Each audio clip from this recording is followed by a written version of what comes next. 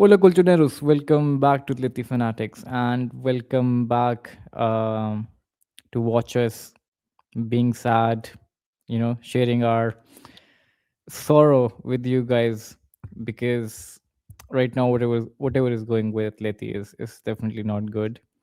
So yeah, at this point, like this channel is becoming more like like one of those things where people come and like share their sadness and sad stories. This is the channel is becoming that kind of a thing because for us Atleti fans, like we get like good days very rarely. I would say it's almost bad days only. I don't even remember the last time I was happy. Do you remember Saint Keeks? When was the last time you really enjoyed watching Atleti and you were happy doing a review of a game?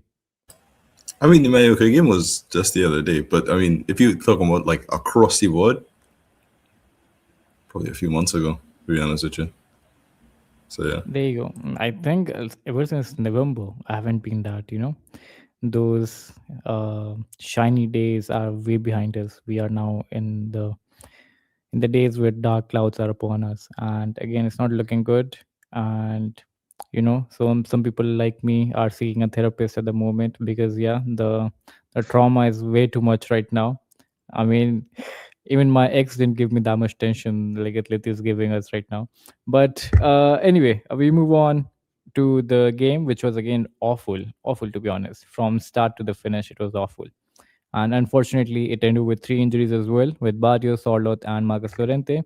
And this is what I want to say about one thing. Like, Simeone says partido a partido, which he should have gone through it. I mean, like, why did you even save Barrios? Like, if he had to get injured in the 49th, 50th minute, what's the point? You should have played him against Bodo the entirety of the match. And now look at him, he's injured. So again, your partido thing is going to win. You're thinking about way ahead of time, and then again, it's not really doing anything helpful for you. And now you have again three more injuries, and again the things are not looking good. With Simeone on the bench as well, he was looking devastated as well at the end of the match. And the only ray of a little bit of sunshine is Ademola Lookman has signed for Atletico Madrid. It's not official yet, but we have got here we go from Fabrizio Romano. So that's the only little ray of sunshine I would say we've received so far. And then the other one is Marcus Leonardo from Al Hilal. The personal terms are agreed, but again, clubs to club talks are going on. So we'll see what happens with that one. And again, I think this would be a good deal as well. The Super Eagle has landed, as some of the people are saying on Twitter timeline. And I mean, we're going to talk about Lookman in detail because there's a lot to talk about with whatever's going through right now. Just initial thoughts, guys. We'll start with Saint Cakes first. um, in terms of the game itself, there's a lot that we can say that went very wrong. I think kind of expected. I expected a loss when I saw that lineup. I'm not gonna lie to you, like a bad loss. But so I mean, in the sense of my expectations were very low, and we got a draw. That's a good result. I think that's a good. But in terms of the actual football, the tactics behind it, the subs, nothing that I can really say made a lot of sense. I'll highlight the good parts before I talk about the bad parts. The good parts were Almada throughout the first half. He looked constantly trying to find solutions, constantly trying to look and create something. Um, Cardoso, he's slowly getting better and better as a DM. You can see Simeone giving him more responsibility, and he's slowly welcoming it in stride, and it's doing us good in terms of our midfield. Barrios, before the injury, as per usual, really good player. Llorente, same thing. Um, can't say too much in terms of what do you call it? Anybody else? I think Rogeri had a decent game, but you wouldn't say it was an outstanding game in comparison to others. Like uh, at minimum, he was the only one of the back four that didn't have an unforced error. So take that with what you will. But yeah, I think that's my initial thoughts on the game in terms of the stuff. But yeah, we'll talk about the actual tactics and these other things in a bit. Fran, your takes. No, I hated the game. I hated the game. From the lineup, I saw the lineup and I said, okay, so my prediction wasn't that strange. The 2-1 loss, but well, as you said, better than I expected. Lenormand, Lenglet, Molina. No, I almost didn't watch the game, but no, it was a horrible game. I mean, I don't know if horrible, but Levante defended well. Their block, we could never break their block. Very little creativity in the team, so we just I don't remember any like serious chance where I said, oh almost scored. Maybe I am forgetting something, but well. So no, I just think we were bad. We couldn't break the Levante block. Not enough creativity. Is considering what the starting 11 was. Literally, Barrios was our only really creative player. So I mean, it was just a recipe for failure. We were not going to win considering the lineup. But well, historical disaster class by Nico Gonzalez. And Jano debut. So Exactly. I'll be happy with that. We take what we get. We take what we get. You feel me? That was unexpected, by the way. I never expected Hano to make a debut. In It this kind of only game. took 3 injuries and a concussion sub to finally put him an academy player. Small things. Well, anyway, talking about the table right now. So yeah, guys. I mean, La Liga was never near to us. You know, again, it's 10 points. Real is winning by 1-0 right now to Rayo Vallecano. Vinicius scored the goal. And again, the gap is of 10 points with Barca and 9 points to Real Madrid. Again, we're just going to help them take a big lead. Villarreal have their game in hand. But again, even if they win, like we're going to be on level on points with Villarreal. So yeah, we're back to our familiar place, which is the third position. And yeah, we're becoming the Arsenal of La Liga. I mean, Arsenal used to finish fourth, we're finishing third. So yeah, take what you want with that. But talking about the lineup, since we're mentioning the lineup itself, I mean, we can clearly see like some players don't deserve to be at this club, especially Longley. Like seriously, like I remember in the first half, I don't know what Longley was trying to do. Like he made a mess of a ball. The ball just went up, fell down, curled down, and then I thought it was a red card, by the way. Fortunately, it's a yellow card. And then again, Longley just creating problems of his own. And then you can clearly see Molina has to leave as well. Molina again, the right hand side with Molina and Lorente again. That was a very very bad. Like the right hand side used to be so good with Giuliano and Lorente. Molina comes in and like everything goes to shit. Lorente is literally doing double shifts, and then again midfield Cardoso. I would say like we don't have the same Cardoso what we saw at Real Betis. I mean, I won't say like he had a very fantastic game, but I won't say like he had a very bad game as well. Somewhere in between. So like I think Cardoso has to improve as well. I just like the last dish tackle he made on at the Young at the end of the match. And now about this lineup again, Nico Gonzalez, you can see over here, You didn't like 35 million. Cardoso yesterday? Not that much. I saw a lot of Spanish Atletico fans saying that Cardoso was like the worst player on the pitch, and He wasn't the worst though. He wasn't the worst. I won't say he was. I didn't the worst. understand it. I thought he was good. I thought he had a really good game. I thought he did No, his he job. wasn't Yeah. worst. Like I'm saying, he wasn't worst. I'm saying, but he wasn't good as well. Like somewhere in the middle. You fine? I thought he was actually pretty good in that game. I think he did what he needed to do at a very solid level. What did you not like? Should I ask? I just remember like one time he tried a switch of play to Llorente that was overhit, and that's it. I don't remember any other big mistake or something bad he did. No, it was about closing the gaps. I think he was a bit delayed and like again winning the duels as well. So Cardoso again, I would say we don't have the same Cardoso from Real Betis. Cardoso at Real Betis was a beast, and we don't have the same Cardoso. So for Okay. me, like he didn't have a great game. He had a decent game, not a great I game. don't really agree with that, but we don't always have to have the same opinion. I'll say that. I think this right here that we're watching though, Alex, please remind yourself that these rating systems are some dog shit. What is this? You see Nico Gonzalez with a 7.6, worst player on the pitch. Worst player on the pitch. Molina 7.4. Yeah, I don't know what to say. 7.8 Lenormand. Whoa. Wait, SofaScore has 7.8 Lenormand, 7.4 Nico. Well, at least Sofa has 6.4 on Molina. I don't know what to say, man. Anyway, how they give sorry for ratings, cutting by you the off. way? I have no idea how they give ratings, to be honest. Like, what's the criteria of the ratings over here? I know FootMob has a bias towards duels won. So if you have, for instance, let's say you have 11 duels, right, and you win 8 out of 11, you'll usually have a green rating, regardless of the state of the game and these other things. So. Which isn't entirely wrong, okay? True. The problem I prefer that to less ideal models. The problem is we call it. Let's say it's a good example. The game that in the Barcelona game, right? Nico had one accurate pass of 5 and had no duels, no nothing, completely absent from the game. 6.3 or something like that, right? Which is nonsense.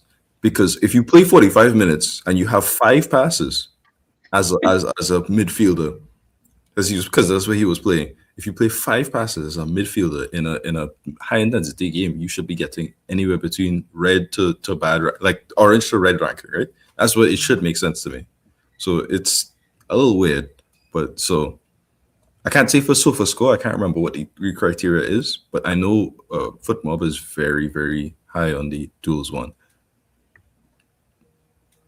But I mean, yeah, we're not going to talk about the game. Like, we're not going to talk about the game. Like, like we used to do, like first half, second half. I'm just going to go like with the whole game, because again, there's nothing to talk about first half, second half.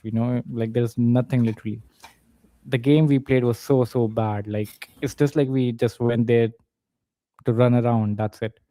I think the only reason I see Nico Gonzalez having a 6.6 over here is like he won one header, which Matthew Ryan saved it, and then he took a long shot. Won two headers.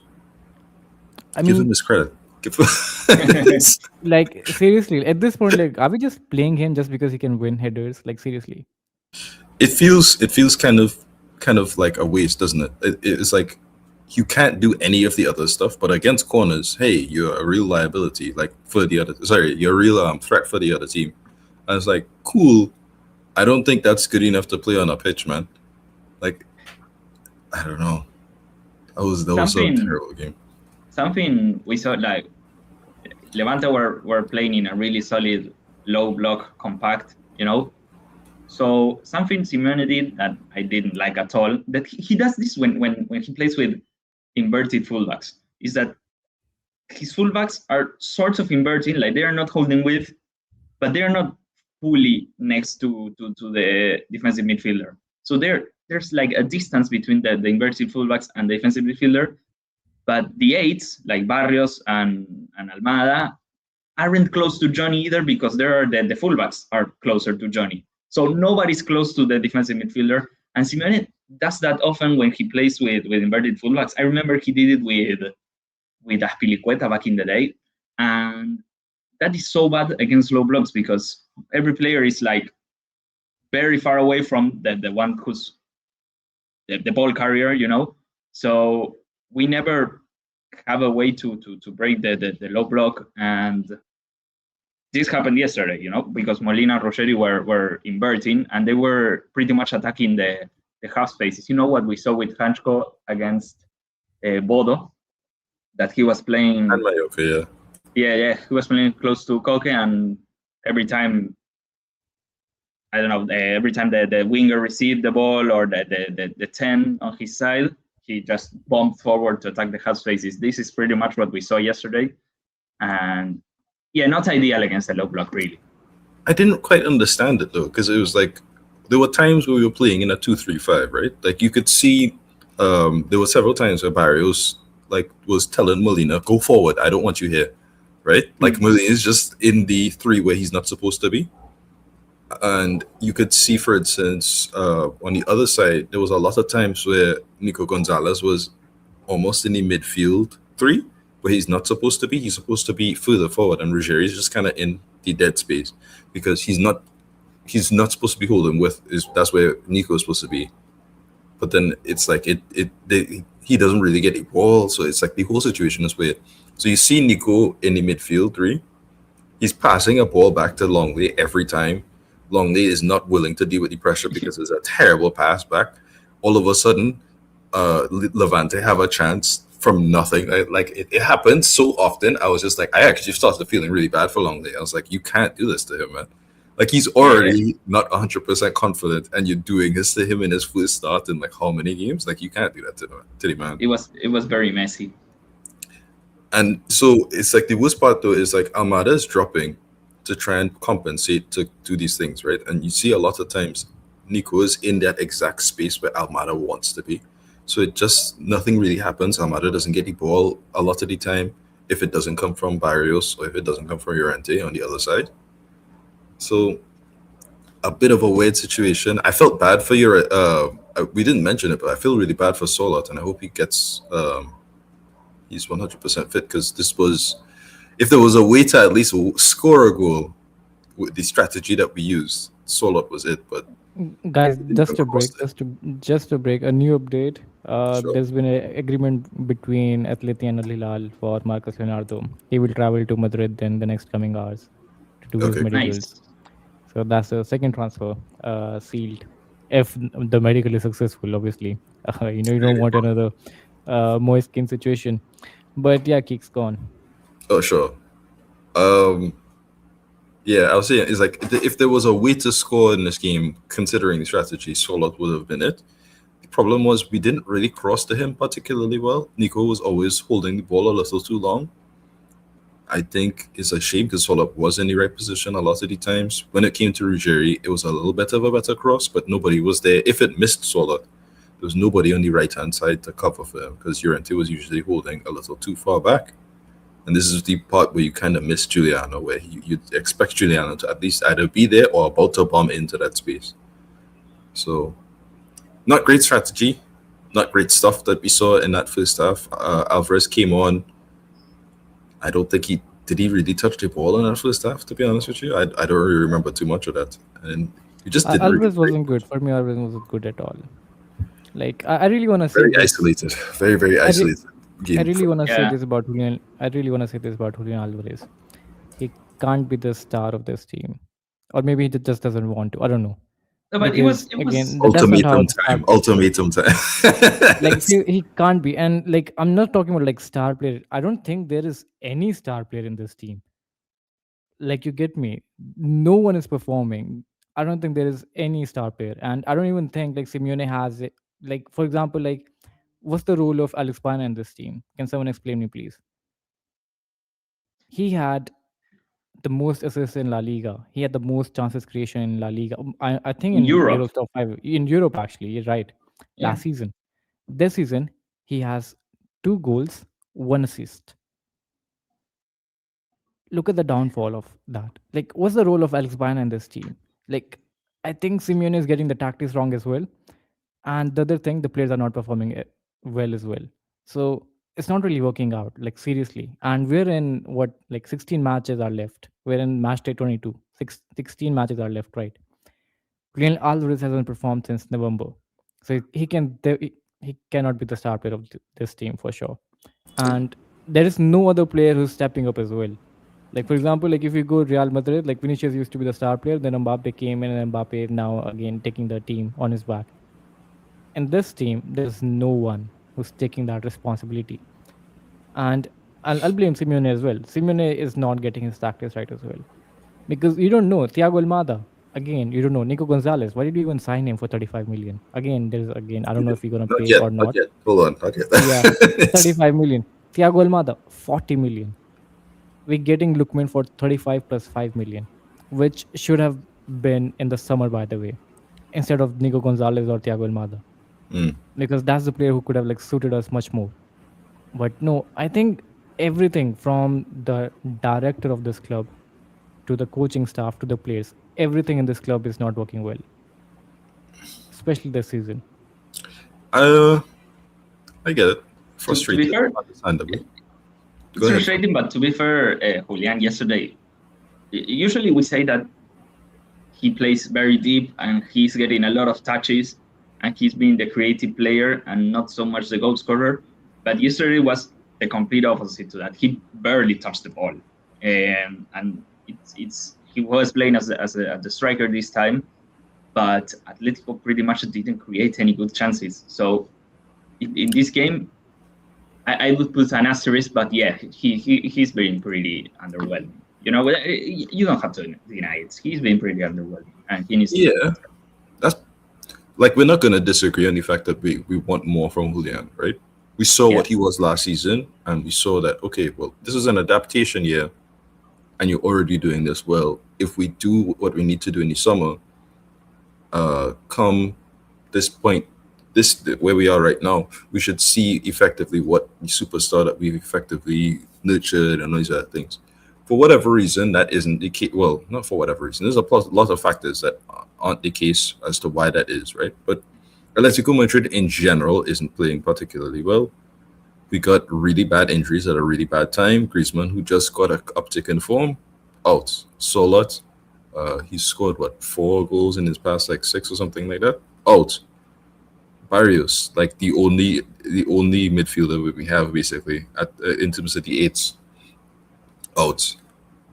We call it the players that we're relying on and we have to rely on is a bit disappointing. But even that isn't really the excuse. It's more there's a lot of different things that come into play. But more than that, I would say Simeone's job and just a manager's job in general is to platform players so that they can play at their best football all the time. We saw Alvarez at his best last season, and we were hoping that it will get better. This season, I don't know why the roles changed. I don't know why he switched it up. But so be it. That doesn't mean that we can't still expect more from him and try to get more to him. Hopefully these signings will help, but at the end of the day, it could you really say okay, Sola today was in the 30 minutes that he got to play. He got to play a lot of football. He got a lot of good chances. He really missed out. Like the usual complaint with Solot is he's missing these chances. He's not doing enough. All these other things. Solot did fine, and he just got injured and he went out. Nothing came to him. Nothing came to him. Nothing happened with a lot of the other parts of the system. Everything is just not quite where it's supposed to be, and it's nice to see certain players stepping up, like Oblak and these other things, but it's usually players who can't really heavily impact the game. Like, so for instance, Llorente yesterday, where he's both covering Molina and also bombing forward to do these things. It's like, that's nice, but he's working so hard because some other guy can't do his job. So, and I don't want to blame specifically the players, but it's like everything comes into play. Even, for instance, the fact that we took so long in the transfer window. I want to say Alemany should have done better, but part of me believes, considering our track record in Atletico last year, we needed one player. We needed one player to really push ourselves across all competitions. We just needed a DM. That's all we asked for. They said no. Koke got immediately injured, and our season went straight to the pits. So I think part of that is probably going to be more than that. I think we do. I'm hoping the Apollo ownership pushes us in the right direction, and we can stop acting as silly as we tend to do, and be very proactive with these things. We don't end up with players like Nico Gonzalez, who I don't know what he did yesterday, but I'd never want to see it again. And I've said that every single time I've seen him so far this season, with the exception of like 2 games. It's not looking great. Amada was decent, but even he didn't get to really perform to his best capabilities yesterday, and it was a shame because I think he's been in a decent set of form recently as well.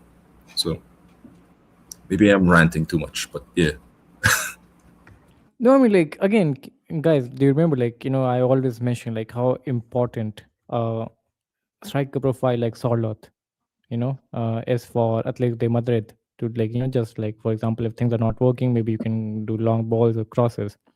So like how important is that profile of Sorloth? And yesterday you could see after Sorloth went off, there was nothing in the game. Like there was no, pin backing Levante, nothing. At least I'm not saying Sorloth is a world class player, but at least like he gives us options, right? You do have option, and again, Sorloth was the only one who was scoring goals for us in the past few matches. And once he's gone again, the goal just didn't come. So now with the signing of Lookman and again Marcus Leonardo, I hope it can improve a little bit. Maybe we can get some options, but let's see what happens. We still need a midfielder. If we don't sign a midfielder, I think again, unless One and more until, update. One more unless and update. until, yeah, unless and until you move Bayern to midfield. That's a possibility, honestly. But it seems that we only have one player occupying an international spot right now, and that is Nahuel Molina. Even though they said that he would have it cleared by now, he still occupies a non-EU spot. Almada is done. So if we were to sign these, if Leonardo comes in, he does take up a non-EU spot because he only has Brazilian passport. That means Lookman and thing we would have one more, so we could look at, South American market, you saying? South American market is a little bit late to do that. I think they would have wanted a departure in December, not January and February. But that's me. No, yeah, it's like that because this is the season in South America starts in January. Mhm. So this window for South America is like the big window, the summer window. So now it's pretty late in the window, and usually clubs in South America don't want to sell now, Yeah. So even though there are some decent options, we think we probably could look at. I don't think it's the wisest idea to go. I'll still say whatever I want, and being completely wrong, but yeah. But I hear what you mean, Alex. You're right. So I just we really should not be playing cross and inshallah football, to be honest with you, man. Like constantly cross. That's true. I definitely agree with you. But again, at least like he gives us some option, Why are we pretending like Solat doesn't have like at least a really good shooting boots? Like last season, he scored 20 goals, and almost all of the goals were on the floor. Why are we not putting it to 3-4 for him? The problem is I don't know. Like we're not creating anything from the middle. That's the no, thing. but We're not creating the anything. From the middle. problem is that we're playing with Sorloth and we're playing. We're not creating good chances. So that's the main thing. Sorloth isn't good outside of the box. So make a plan to create good chances in the box for Sorloth. But yeah, right now the whole plan is to cross. So that's all we're doing. How many crosses yesterday? Well, not so much yesterday, but Sorloth wasn't there. I don't. Nico Gonzalez being the end of almost every one of our players killed my vibes so much. No, like there are like okay, look at the lineup. There are at least three players where I can say like we are playing with 8 men. One is Longley. You can see the orange one right in the green ones. Like somehow they got that correct, and then you can see the Nico Gonzalez one on the left hand side, and then you can see Molina on the far right. 3 players. I think we should be leaving Atleti in the summer. Yeah, but Easily. we It's said an argument it. to be made that none of them should have been here. Well, Molina should have left in the summer, considering we signed Pubil. Longley, I don't know why we signed him, and Nico, I don't know why we signed him. We said it before though. Our starting 11 is really strong, but the subs, my God, they are not good. Yesterday we went with their B team, so Exactly, and without again, especially at that moment in time where we're struggling, literally, to score goals, and going with the B team again, like you're shooting yourself. But anyway, we move on from this one. Let's just focus on some good, positive thing, which is Yano getting the debut. So thoughts on Yano, guys? He got when did he come on?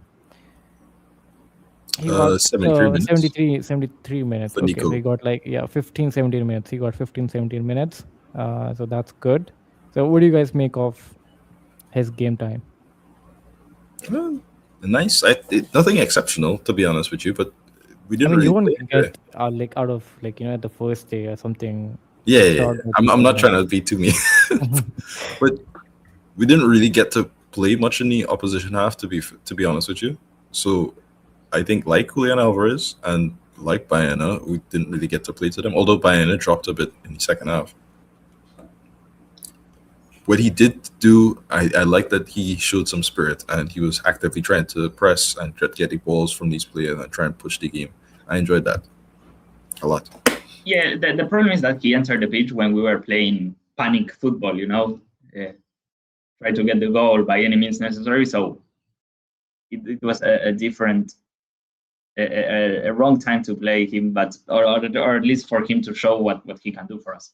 But yeah, he showed good attitude. True, but unfortunately, I don't think he'll be playing again.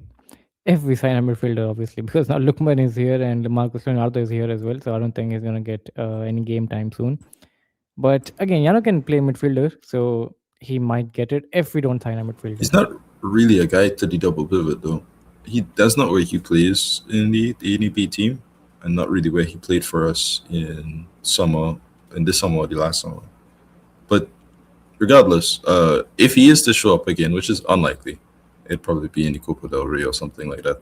I don't expect to see him anytime soon. It's too late now. We have Real Betis in the midweek, and I don't think I Simeone know. would trust him. I'm just saying, if there was a chance, I'm not saying that there is a chance. As you just said, we signed 2 players. Don't expect to see him again, but there was a chance. And I don't know though if we're going to sign a midfielder, because all the talks are that we closed the Ederson deal for the summer. So like we are confirming that signing for the summer, and considering that, I don't know if we're going to go for a midfielder now. I don't know what you guys think. I think Ellis Garcia can be a good option. It's just 20 million, a very good option. Eilish would be fantastic, but I don't think Leverkusen want to get rid. If we were hard on him from like December to now, I think we would have gotten him. But the feeling for me is we had a really good time in terms of the results. So the board was like, do we really need to sign anybody? And then we got the bad results near the end of the window, so they started to panic us into actually signing instead of, you know what I mean? Yeah, but the sales we made were Gallagher, Raspadori, etc. were done by the middle of January. So they can. Middle, I remember we said. like, I think even earlier than that. Like I way remember earlier we than said like we have. Just before the middle, I'd say. Yeah, we have almost half the month to plan signings, and I feel like they didn't do anything up until the 27th. I think Matteo Alimani was busy with the interviews and saying stuff like, like, oh, we won't sign anyone like that. Like, like if it comes, if someone will come with who can be a starter, who can improve the team, blah, blah, blah. And now they're looking for options, like anyone, we can sign anyone. We need, again, if we don't sign a midfielder, this transfer window is a disaster, by the way, again. Because it's funny how it started. It started with having a priority of a left back. You guys remember before the transfer window, and then it shifted to a midfielder, and then it shifted to Leon Goretzka the whole of January transfer window. Then it shifted to Kang In Lee, and then it shifted to all of a sudden to Edison, and then it shifted to Lookman, and then now finally Lookman is arriving, and then all of a sudden somewhere from out of nowhere Marcus Leonardo comes in. I think last night only he came, his rumor. And it didn't strike you a bit odd that we were looking at? We had, I think, the 3 names before.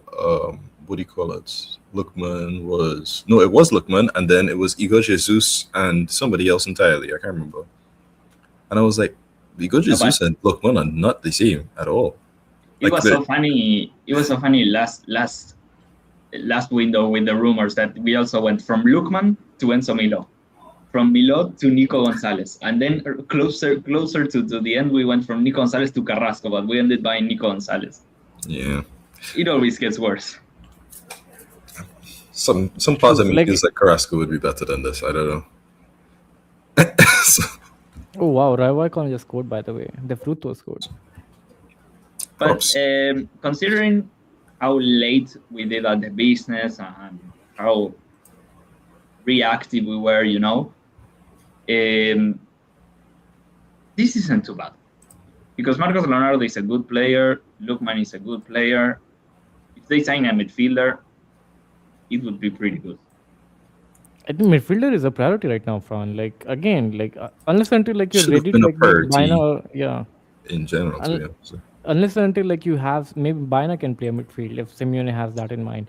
Okay. So I said it that I want Baena to play midfield just to force Simeone to play him deeper because he played in the midfield too against Sevilla and he scored 5 chances and he created 5 chances. So this guy playing deeper is excellent. So I just He want him can, to be the midfielder but signing to force Simeone to play him there. Fran, the problem with Baina is like midfield he can play for sure, but like he will struggle against the teams, for example, like with like you need some physical I presence in midfield. know, I know, I Then he know. will struggle. It's just me being selfish and wanting Baena to do well. No, he can play midfield for sure, but like he will struggle when there will be a team who's very physical in midfield. For example, Galatasaray, In this Lucas game, though, Paqueta and Lamina, they will in kill him this in game, in midfield. the Levante game, would this not have been a good game to at least try a little bit of it? Yeah, Yeah, but yeah. Last night he could have played midfield for sure. well, Considering that Simeone said that he was thinking about the other games and he's trying to not burn up Barrios. This would have been the game to not start Barrios and have Bayern in the midfield alongside Cardoso because Cardoso can cover a lot of the defensive issues, right? So you just have the guy creating out of his mind, ideally.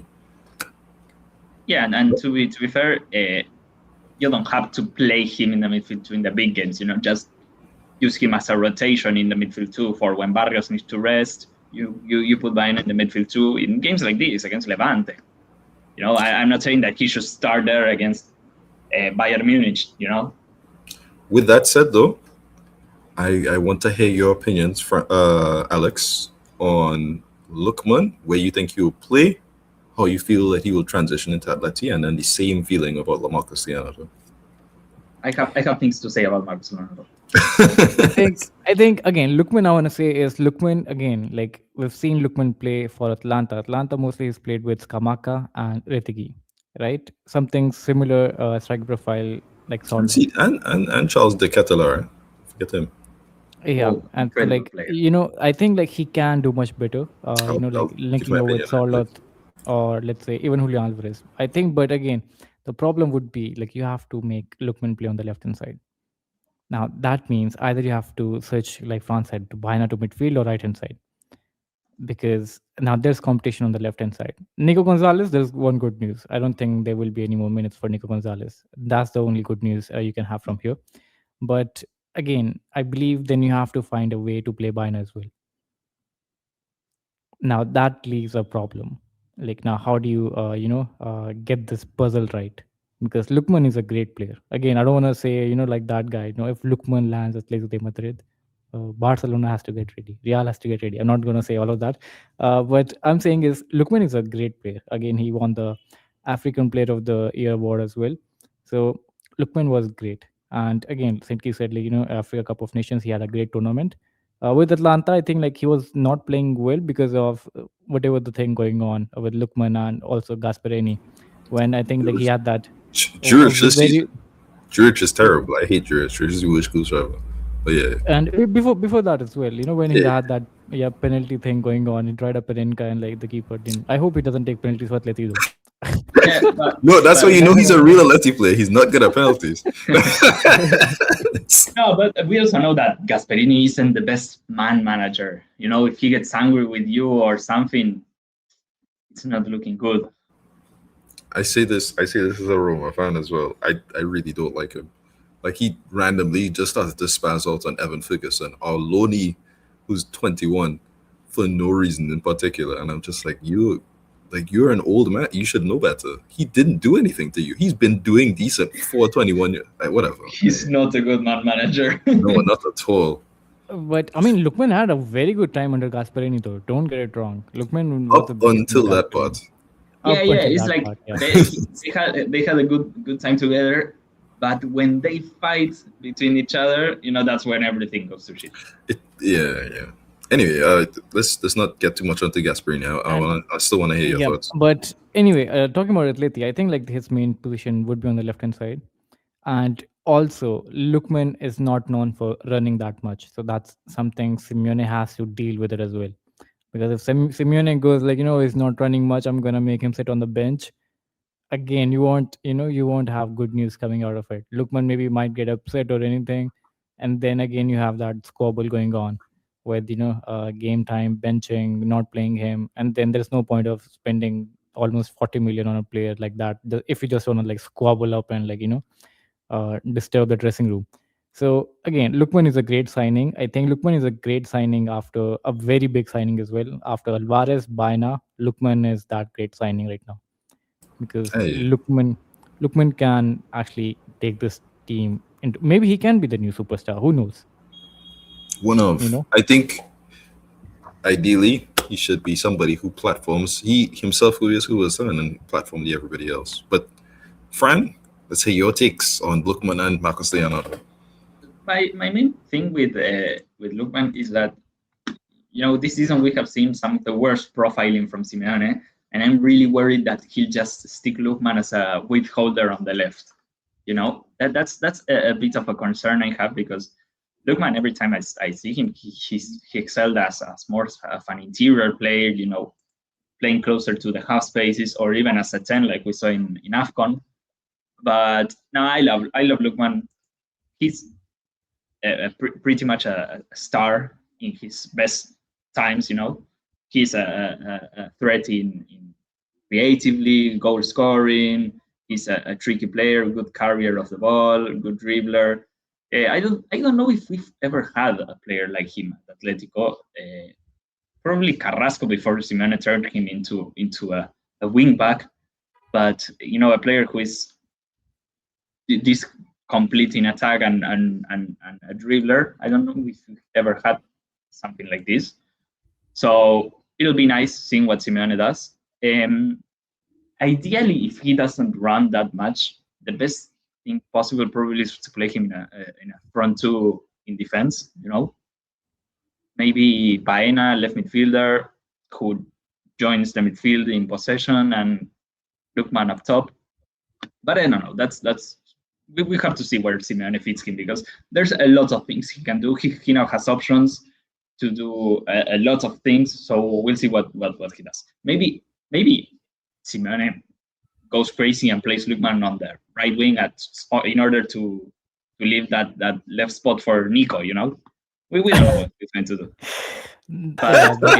That's one way to literally throw 40 million in a garbage. I think like they should have given it to me. I would have lived a very luxurious life of 40 million. Hey, But man. give it to me instead. Yeah. If any one of us get 40 million, you'll see it on our show. They'll be signed. For sure. But anyway, you guys can see as well this season. Again, he was not having a great time at Atlanta, and then Africa Cup of Nations. You can see Mozambique, and then Mozambique. I always remember Ronaldo from Mozambique. But anyway, Mozambique.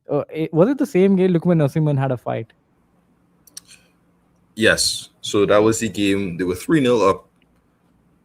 I don't know why Osimhen decided to do that. But he was effectively targeting Lookman because he said he didn't pass him or something like that. But Lookman had a really good AFCON. Like a really good AFCON. Like, yeah, I mean you can see the numbers over there. Yeah. You can see, okay, again, Uganda, he didn't play, but again, Mozambique, 2 assists, 1 goal, and then Tunisia, 1 goal, 2 assists, and Tanzania, 1 goal as well. And it really only gets better in terms of the overall level that we saw from the tournament. So yes, you got output, right? So they got like 3 goals and 4 assists in like 5 or 6 games, right? Insane output. But the actual creativity, the movement, the stuff that he was doing, that was what made Lookman really special in that tournament to me. And you could see a lot of the times what you didn't get to see in Atalanta this season thus far was a player who is where he needs to be in terms of he was playing right behind Osimhen in the they played a 4-2-3-1. He was right behind Osimhen, so sort of a second striker wing. So he would come in alongside. He'd get a ball from Iwobi, carry, maybe pass to the left hand side, maybe pass to Ako Adams if he's playing. It was a really good tournament for him. I think Nigeria was fantastic until that Morocco game where they just didn't decide to leave their own half for some reason. But Nigeria had a lot of problems in the AFCON. Like I remember players not being paid for their bonuses that they were promised. And, That's the nature of Nigeria. If you ever talk to Nigerians and ask them about Nigeria itself, no good opinions. No good opinions on their government. In the AFCON, I saw a bit. I didn't saw a lot. I saw the game against Algeria, of course, and in AFCON he was like pulling the strings of the team. He was creating 3 chances per game.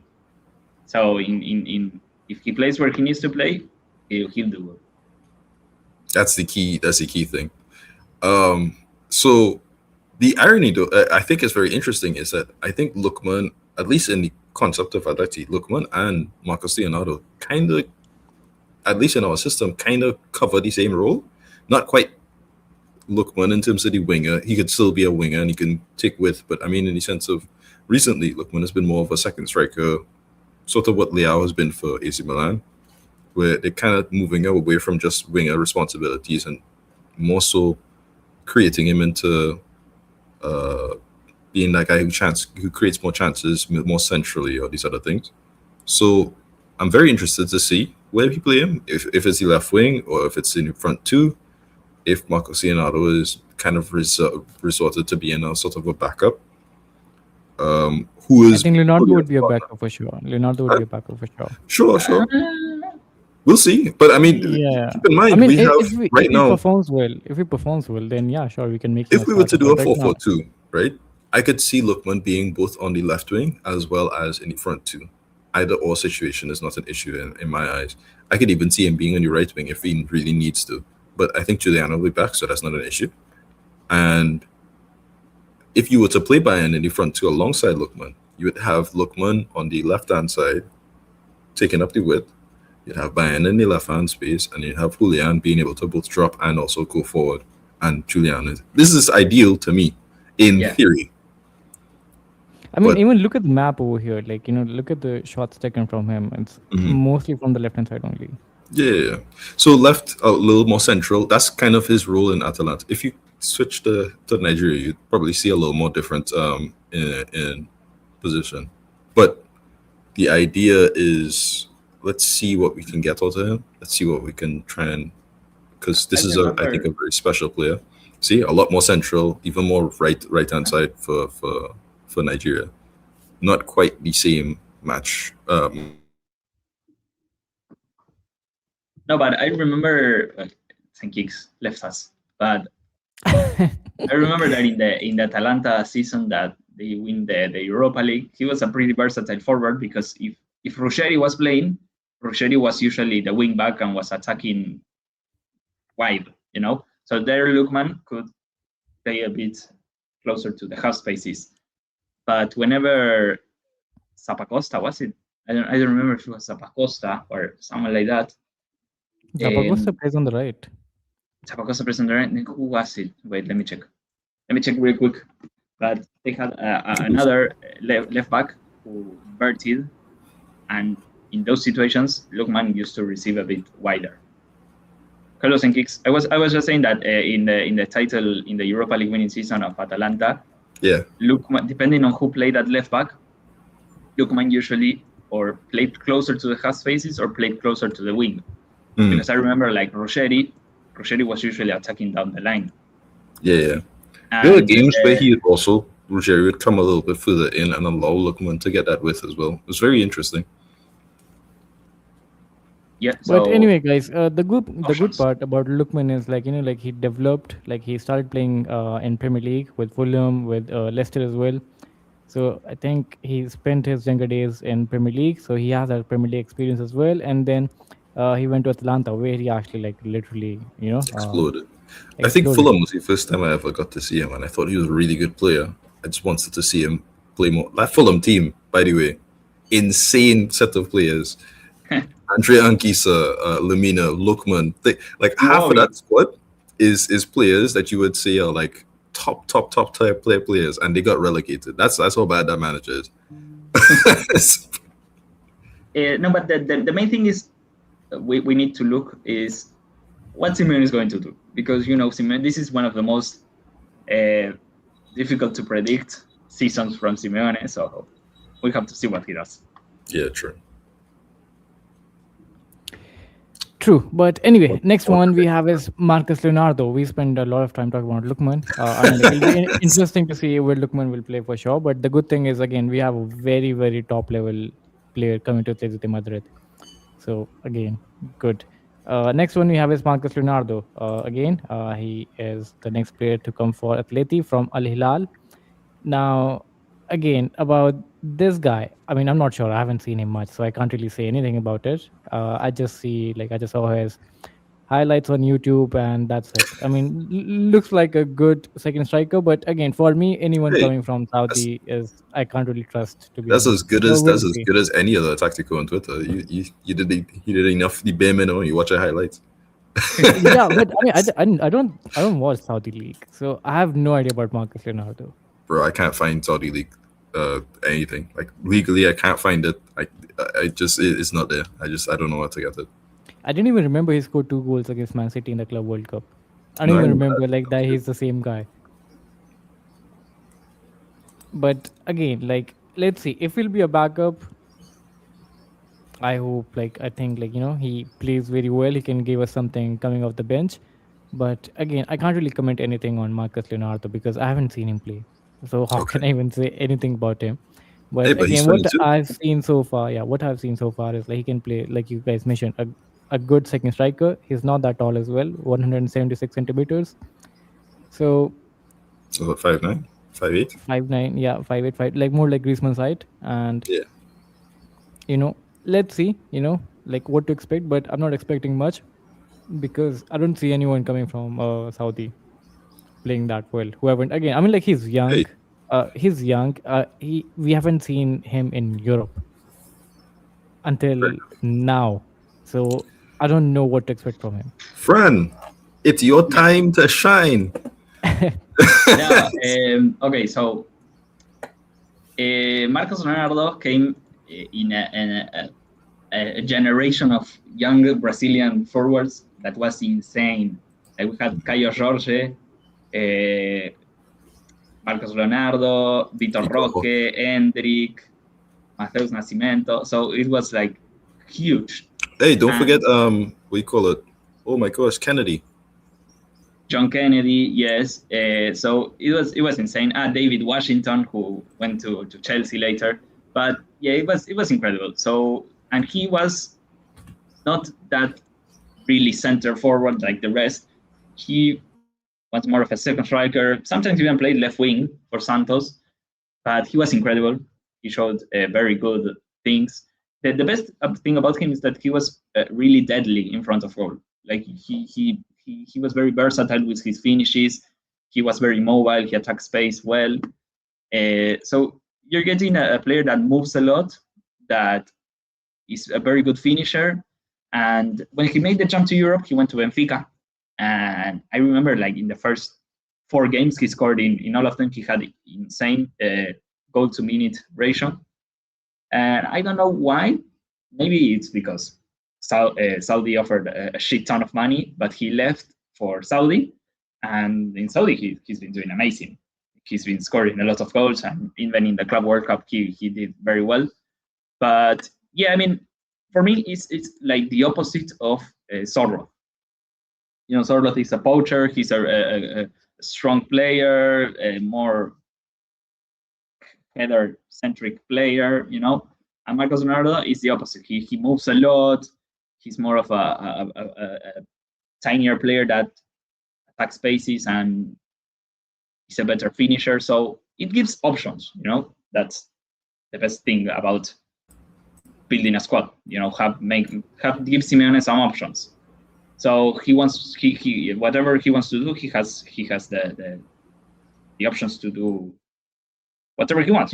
I think that Marcos Leonardo will feed off well from creativity from Julian, Lookman, and Baena. So that is positive for me. I am a bit biased with my South Americans, and I am a bit of a Sorloth hater. But for me, he's better than Sorloth, and I would start him ahead of Sorloth. But that's just me being biased. So we'll have to see what he does on the pitch. I mean, he has good stats for Hilal. I can see like 67 matches, 43 goals. Good stats for sure. And But I he's only don't. 22. And again, I don't take that league seriously though. If like who Joao Felix is the top scorer of that league, how can I take that league seriously? So you get me. So again, like I don't know what to expect from this guy. The only good thing is he's young. You know, Yeah, but I he, hope he he can scored he prove scored himself. everywhere really. He scored in Brazil, he scored in Portugal, he scored in Saudi. Of I course, think, these are not top five leagues, but we'll see what he yeah, does. it's an unfortunate. It's unfortunate that what you call it. He left Benfica so early because he was linked to Roma like very heavily. In the summer before that, I was really happy about him. I was looking forward to us signing a decent centre forward. As per usual, Roma decided we don't have money. Waited until January. He went to Benfica instead. Just a really whatever. Anyway, but he in Benfica he was having a really good 6 months where almost every time that he came off the bench, he would just he'd touch the ball and it would become a goal. Yeah. Um, but it was strange that they sold him that quickly. But Saudi was offering I think like 40 million, and they had bought him for about 20, and they were like, Wow. all right, we'll just flip it now and we'll get somebody else. So I think that was just a literal manner of Saudi were just going after people, and they got what they wanted immediately, and then Benfica were never going to say no. He's been good in Saudi, but and I think the Saudi league, I can't say this for a fact, but I think the Saudi league is a little bit higher than I think people level probably expect out of them. I think they're closer to the top five leagues than people realize. Not quite One Portugal, thing, but one thing I find good yeah, over here is like like he has 8.58 xG and like he scored 9 goals from that xG, so that's good. Like he's taking his chances, so that's You good. know, yeah, yes, the best part about him is that his movement is really good, especially yeah. inside the box. So if you create chances for him, you'll probably get something good out of him. And we have good creators. Our problem is the way we create chances. You know that Yeah. most of our chance creation are Again, I crosses. wanna where Fran, where do we have good creators? I can't see them for the No, past few We it's have months. it, good the problem. The creators. problem is they're not like okay. So we have Baena, we have Griezmann, we have Julian, we have we call it Armada, Barrios. That's And five Lookman, people, and I guess Lookman as well now. Right, that's six people that who can create. We've never seen Lookman in Atleti yet, but those are players who are supposed to be creating chances. The problem is we're not platforming them in the best possible way. We've seen Baena at his best, where he's created like six chances in a game for us already. Three of them being key chances, like big chances. We've seen Barrios do the same similar kind of numbers. We've seen Almada against Real Madrid very recently also have a really good amount of chances created. Julian, all of these players have done it. It's just we don't do it in a cohesive way, and we don't do it across the board. If you understand what I mean, we'll figure it out. I mean, I forgot Giuliano. I don't know how I'm forgetting Giuliano in these conversations, but yeah, that's we have another we one have that we really, we have really great creators. The problem is how we platform them to create chances, and most yeah. of our chance creation are crosses. So that's obviously not going to benefit the creators. I mean, like if after having Lookman and again this guy, I don't know how he'll play, but even after having Lookman, like if you're like still relying on crosses, then again, Yeah, and and you also sign two short players. yeah, exactly, and also like like after Lookman and Leonardo, and like let's say if we get a midfielder as well, I don't see any other excuse for Simeone to not give a result to the fans. He won't I mean, have he right said now. it right. Right now he do have an excuse. Like you don't have player, fine. I mean, like kind of makes sense. He does have an excuse right now, but if we get a midfielder, I don't think he has an excuse. And I also read about I think Simeone. He has a clause in his contract where he can leave in the summer of 2026 with a mutual agreement. So again, I don't know how I feel about that quite yet. I'm very I know every time that these bad results come in, I'm like, oh, Simeone out, and then afterwards, I'm just like, yeah, I'm not sure that's a good idea actually. do you guys remember? Do you guys remember the 22-23 season where we were shit in the first half of I La remember. Liga, I remember. and then this World Cup, and then everyone's back after World Cup, and Atleti just exploded. All Griezmann scored 15, 20. I don't know how many goals he scored after coming 15 from the and World Cup. it was 16 and 16 or something else. Yeah, and Really like good season. like we were playing like I don't know, like like the prime. We can go for anything. We were Which playing is like that. if we had done that both at the first and the second half of the season, we would have won that league. That would have been something And special. that was not a good squad as well. That was not a good squad as well. And again, the way we played, everything. I think we had Memphis Depay coming from Barcelona in that winter transfer window, and we had that Cunha one went the other way. shady. Yeah, Cunha went to Wolves that time, and we had one shady goal from Memphis Depay in Celta Vigo. Out of nowhere, he scored that. Even with the red card as well, and our season literally changed after that. So again, hopefully Lookman can be that signing. Hopefully, I've noticed one thing: Atleti plays well whenever there is no pressure. Whenever there's pressure, Atleti goes to shit. I've also noticed this one thing. But again, let's see what happens, guys. We still need a midfielder. Again, it'll be back to unless until you turn Bayern into a midfielder. But still, I would say we need a midfielder for sure. And to make this transfer window a success, you need a midfielder.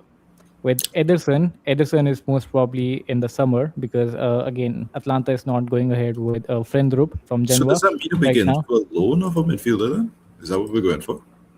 I think Alemani is looking for options without spending too much. If so, the recently what I heard is Alemani is looking for availability. If it's available on loan, then he'll get it on loan. If there are some financial things required to make the transfer happen, then we will sign someone. Again, depends on the availability. Because for example, we went for Gabri Viega loan. Porto said no. Again, that's not the right timing. You're coming to us literally with 1 day remaining of the transfer window. So again, let's see what happens. I think again the best option would be to get Ellis Garcia. Just somehow manage him, convince him to come to Madrid. But By the way, I just saw that Angel Gomez is going to Wolves. So I don't know. Maybe that opens the door for Joao Gomez. But no, there's different profiles. He plays much more like an attacking role. No, I mean Angel Gomez has played deeper, but yeah, they're not quite the same. I mean, then again, whatever. Wolves like to sign anybody with the last name of Gomez. So Angel, it is what it is. You might go for Ruben Neves as well. I mean, if you dealing with the Lilal, might ask for Ruben Neves as well. That salary is not the vibe. Let's say that. And who else is available? I don't know. Can we go for Luis Milla from Getafe? That'd be nice. But yeah, that's the thing is that we're looking for a midfielder, but there aren't really strong rumors for a midfielder. It more sounds like we focused our attention in Lookman and Leonardo and aren't heavy on a midfielder. So if we get one now, it will probably be a surprise because we don't know nothing. It will be out of nowhere. The way Atleti is dealing in transfer windows, it'll be out of nowhere. Luis Milla can be a good option for sure. I won't be surprised. Javi Guerra ended up at Madrid. And probably a possibility. His time has passed. I don't think there was a window for him to join and it passed, unfortunately. Yeah. So who do you go for? Who would be your ideal midfielder choice for this transfer window? Only 1 day left, by the way. That's the issue. With all of the things that we said in terms of timing, the fact that we probably can't put down money because Edison is coming in the summer, and we still have competitions. I really can't say for sure. I can't commit to anything, especially because South America also don't want to sell this late in the game. So I don't know. But again, the way we deal in transfer deals is horrific. From summer, I mean, now Lookman should have come in summer, by the way. And then then you should have get rid of Thiago Almada or Nico Gonzalez. There was no need to sign them. Now you're going for a dribbler in the middle of the season. You needed a dribbler at the start of the season. And then you ended up signing Nico Gonzalez. Again, horrific decision. But finally, I'm happy. We have finally one dribbler coming in Lookman. Finally one dribbler. After what, Samalino? I don't remember anyone playing for Atleti who was a good dribbler after Samalino. And again, Hey, let's see what happens. Giuliano Simeone. Is not really a good coach. He's all about that pace. Fair enough, fair enough. But I think even the Raspadori one, I don't think like that was a right decision as well. Coming to Atleti, and then again they were very questionable signings in the summer. But again, that's a different topic for sure. We'll talk about it. And again, I think in summer, like right now, we have one more transfer coming in. Maybe a midfielder will come or not. Other than that, I think like in the summer, I would say again there will be a lot of movements in Atletico de Madrid. At least 4 to 5 movements for sure in the summer. So again, we're going through the transition period for quite few years now. Let's see Transition what is happens. we call it a rebuild is never supposed to be one window. It's ideally it's either one window plus academy or like 2 or 3 windows. Yeah, no, I mean like we not like rebuild. It's like we build and then we like like break it down again and then rebuild again. Let's keep it up. We call it the 2024 summer. Not a good window. Besides Alvarez, I can't say that these players 100% fit, and I think Solat is decent in terms of output, but in terms of the actual level that we were trying to get, didn't make sense to put on as much money on it. Lunamond, surpassed by Pubil, who was a right back from Segunda. We call it Gallagher, already sold. Solat clearly on his way out, but No, one thing good about Gallagher was kicks. We talked about this. Like he was always available. he was always He was available, and always I think available. you can never take that away from him. But yeah, that's it. Anyway, guys, That's all I have to that's it. I mean, this say. episode will go on and on. Yeah, that's Yeah. it. Real is drawing right now, so I hope that remains the same. By the way, Rachu just missed a 1v1.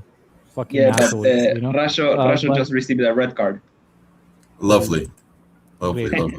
great. He's single-handedly, helping Real Madrid, and then against us, they'll be like scoring from 30-35 yards. But I mean, like when Echeverry did the same thing. exactly, like That's when Echeverry. literally, Oh, wow. That's a whole different name. no, that was the number 3 from Echeverry. Yeah, I was like, why am I saying Echeverry? no, it's Yes, the left back. yes, The I left know. back. What's his name? Pep Chavarria. Chavarria. Yeah, Yeah. yeah. I said, okay, well, I heard CH in my brain went Echeverry. Echeverry was recently confirmed by Girona, so he'll be playing with Lemar. Yeah, I saw him yesterday. It was good. 8 minutes left. Let's see what happens. Jude Bellingham got injured. Okay, I didn't know that. But yeah, okay. Anyway, guys, we'll see you guys soon. Again, don't feel sad. Go home to your girlfriends, whatever. Go on, party, enjoy, have some alcohol, drink, whatever. Have some fun. Keeks is gonna watch the T20 World Cup. He's gonna support West Indies, by the way. Someone asked in the comment section about the West Indies.